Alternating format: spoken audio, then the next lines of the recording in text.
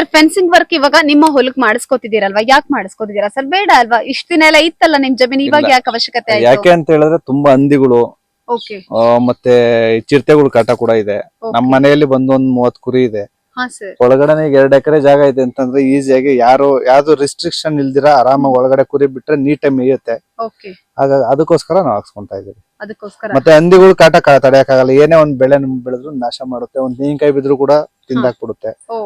ಹಾಗಾಗಿ ಫೆನ್ಸಿಂಗ್ ಮಾಡಿಸ್ಕೊಂತಾ ಇದೀವಿ. ಓಕೆ. ಇವಾಗ ಶ್ರೀನಿವಾಸ್ ಸರ್ ನಿಮ್ಗೆ ವರ್ಕ್ ಮಾಡ್ಕೊಡ್ತಿದಾರಲ್ವಾ ಸರ್? ಹೇಗಿದೆ ಸರ್ ಅವ್ರ ಸರ್ವಿಸ್ ನಿಮ್ಗೆ?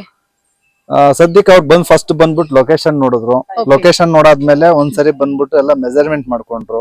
ಮತ್ತೆ ನಾವೆಲ್ಲ ಸುತ್ತು ಒಂದ್ಸರಿ ಎಲ್ಲ ನಾಲ್ಕ ಮೂಲೆಗೂ ಕಲ್ಲಾಕ್ಸ್ಕೊಟ್ಟಾದ್ಮೇಲೆ ಅವರೇ ಮುಂದೆ ನಿಂತ್ಕೊಂಡು ಪ್ರತಿ ಡೈಲಿ ಬಂದೆಲ್ಲ ಚೆಕ್ ಮಾಡ್ಬಿಟ್ಟು ಹೆಂಗ್ ಮಾಡಿದಾರ ಇಲ್ವಾ ಅಂತ ಎಲ್ಲ ಚೆಕ್ ಮಾಡ್ಕೊಂಡು ನೀಟಾಗಿ ನಮ್ಗೆ ಮಾಡಿಸ್ಕೊಡ್ತಾ ಇದ್ದಾರೆ. ಸೊ ನಿಮ್ಗೆ ಬೆಸ್ಟ್ ಸರ್ವಿಸ್ ಸಿಗ್ತಾ ಇದೆ ಸರ್ಗಳ ಕಡೆಯಿಂದ? ಖಂಡಿತ. Okay, super sir. ನಮ್ ರೈತರಿಗೆ ನೀವೇನ್ ಸಜೆಸ್ಟ್ ಮಾಡ್ತೀರಾ? ನೀವು ರೈತರಾಗಿ ಬೇರೆ ರೈತರಿಗೆ ಏನ್ ಸಜೆಸ್ಟ್ ಮಾಡ್ತೀರಾ ತಂತಿ ಬೇಲಿ ಬಗ್ಗೆ? ಆಕ್ಚುಲ್ ಆಗಿ ಇವಾಗ ಏನು ಅಂತ ಹೇಳಿದ್ರೆ ಈ ಒಂದ್ ಇದಕ್ಕೆ ಬಡ್ಜೆಟ್ ಅಲ್ಲಿ ಸೀನಣ್ಣ ಬಂದ್ಬಿಟ್ಟು ತುಂಬಾ ಫ್ರೆಂಡ್ಲಿಯಾಗಿ ಬಜೆಟ್ ಫ್ರೆಂಡ್ಲಿ ಕೆಲಸ ಮಾಡ್ತಾ ಇದಾರೆ. ಏನ್ ತೊಂದ್ರೆ ಇಲ್ಲ, ಹಾಕ್ಸ್ಕೊಂಡ್ರೆ ತುಂಬಾ ಒಳ್ಳೇದು. ಆಕ್ಚುಲಿ ಸೇಫ್ಟಿ ಇರುತ್ತೆ. ಮತ್ತೆ ಬಡ್ಜೆಟ್ ವೈಸ್ ಅಲ್ಲೂ ಅವರು ತುಂಬಾ ಈಗ ಅಷ್ಟೇ ಅಂತ ಏನು ಕೂತ್ಕೊಳ್ಳೋದಿಲ್ಲ, ಹೆಚ್ಚು ಕಡಿಮೆನು ಕೂಡ ಮಾಡ್ತಾರೆ. ಸೊ ಹಾಗಾಗಿ ಏನ್ ತೊಂದ್ರೆ ಇಲ್ಲ, ಹಾಕ್ಸ್ಕೊಬಹುದು, ಖಂಡಿತ ಹಾಕ್ಸ್ಕೊಬಹುದು.